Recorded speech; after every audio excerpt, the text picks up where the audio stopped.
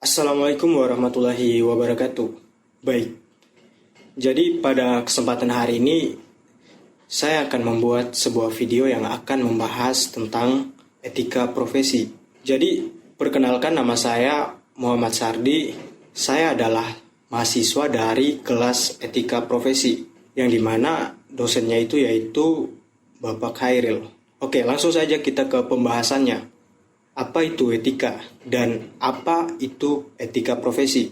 Kata etika berasal dari bahasa Yunani kuno, yang dimana etikos berarti timbul dari kebiasaan.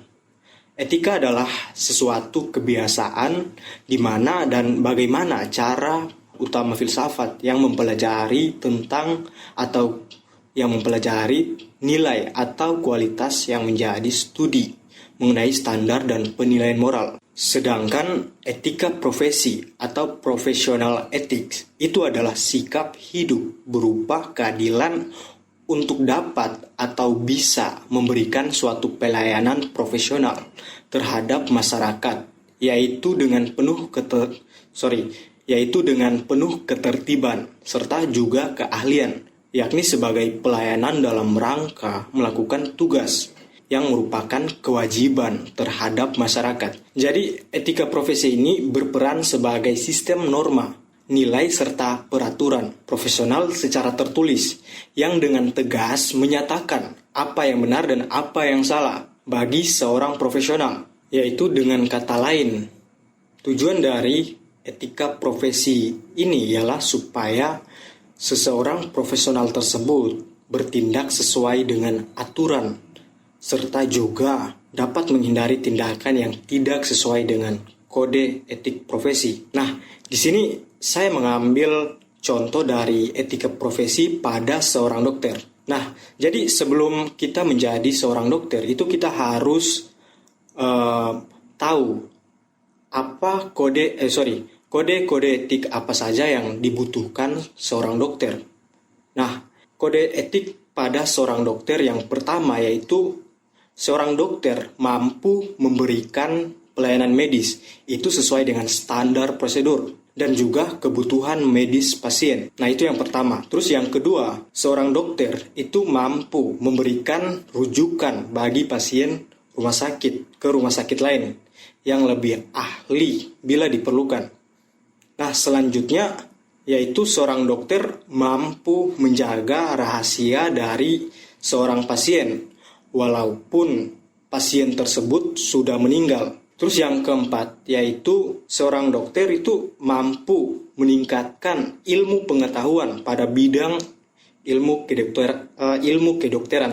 Oke, selanjutnya adalah penyebab kenapa sehingga orang itu melakukan pelanggaran etika profesi.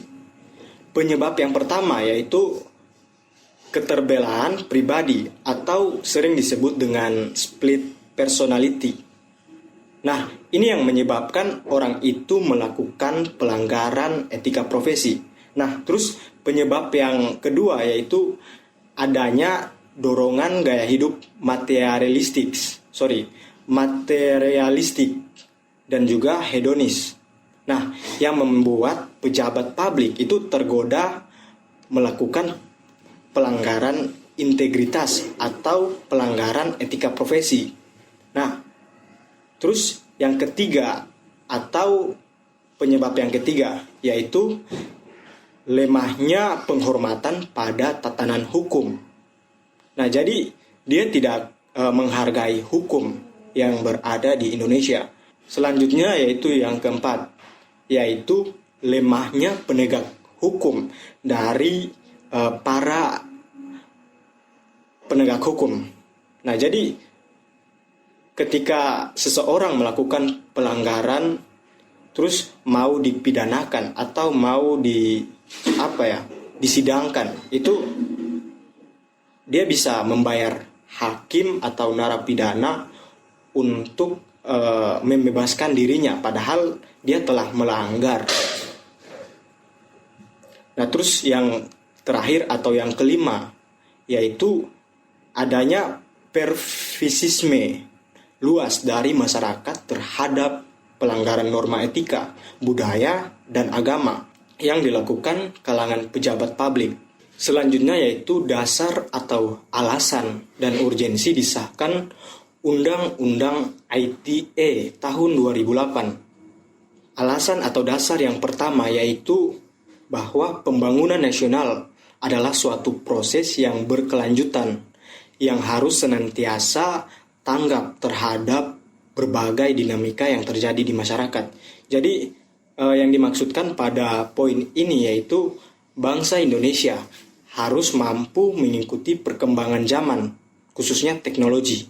Selanjutnya yaitu bahwa globalisasi informasi telah menempatkan Indonesia sebagai bagian dari masyarakat informasi dunia, sehingga mengharuskan dibentuknya pengaturan mengenai pengelolaan informasi dan transaksi elektronik di tingkat nasional, sehingga pembangunan teknologi informasi dapat dilakukan secara optimal, merata dan menyebar ke seluruh lapisan masyarakat, guna untuk mencerdaskan kehidupan bangsa. Terus selanjutnya yaitu bahwa perkembangan dan kemajuan teknologi informasi yang demikian pesat telah menyebabkan perubahan kegiatan kehidupan manusia dalam berbagai bidang secara langsung, telah memengaruhi lahirnya bentuk pembuatan hukum baru ini. Terus yang selanjutnya yaitu pada poin atau pada yang keempat yaitu bahwa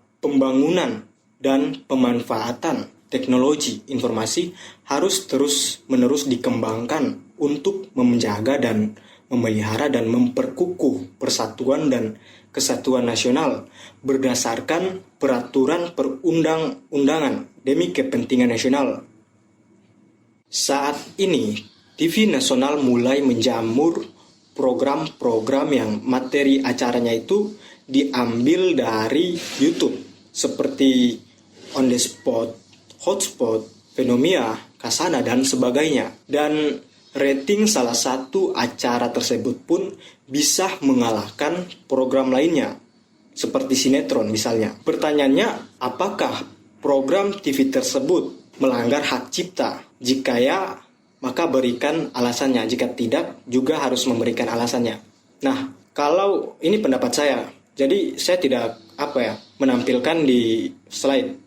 Dan pendapat saya atau opini saya ini bisa saja salah, bisa saja benar. Oke, menurut saya itu tidak melanggar karena TV nasional yang mengambil video-video dari YouTube untuk dijadikan program-program TV.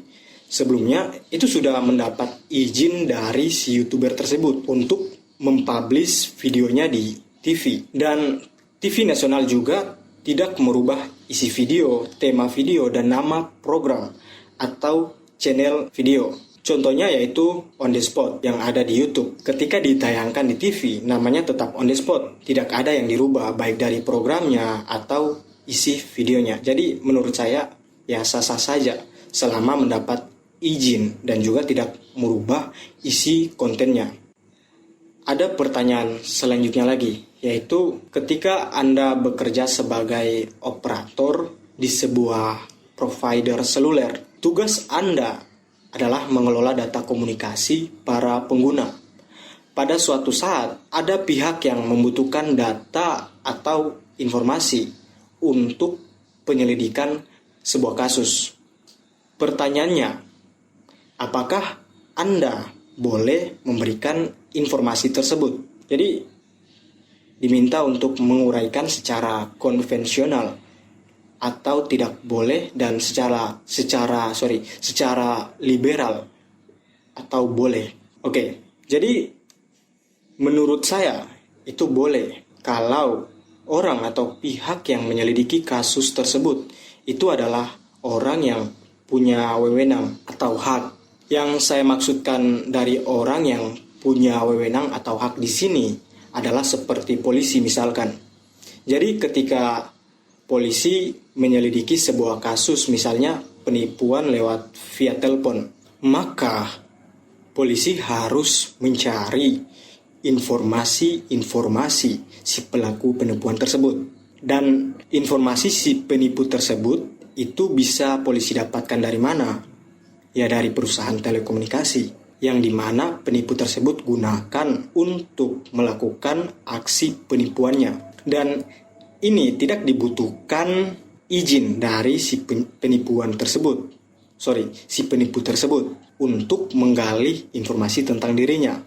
Kan konyol gitu loh, kalau harus meminta izin dari si klien atau si penipu dulu sebelum melakukan penyelidikan. Bisa-bisa si penipu tersebut tidak mengizinkan untuk menyelidiki informasi tentang dirinya, dan kalau seperti itu maka kasusnya tidak akan clear atau selesai. Oke, mungkin itu saja video dari saya, dan jika ada salah kata dari video saya ini maka saya mohon maaf. Dan semoga video yang saya buatkan ini dapat bermanfaat untuk yang nonton. Atas kurang dan lebihnya maka saya mohon maaf. Wassalamualaikum warahmatullahi wabarakatuh.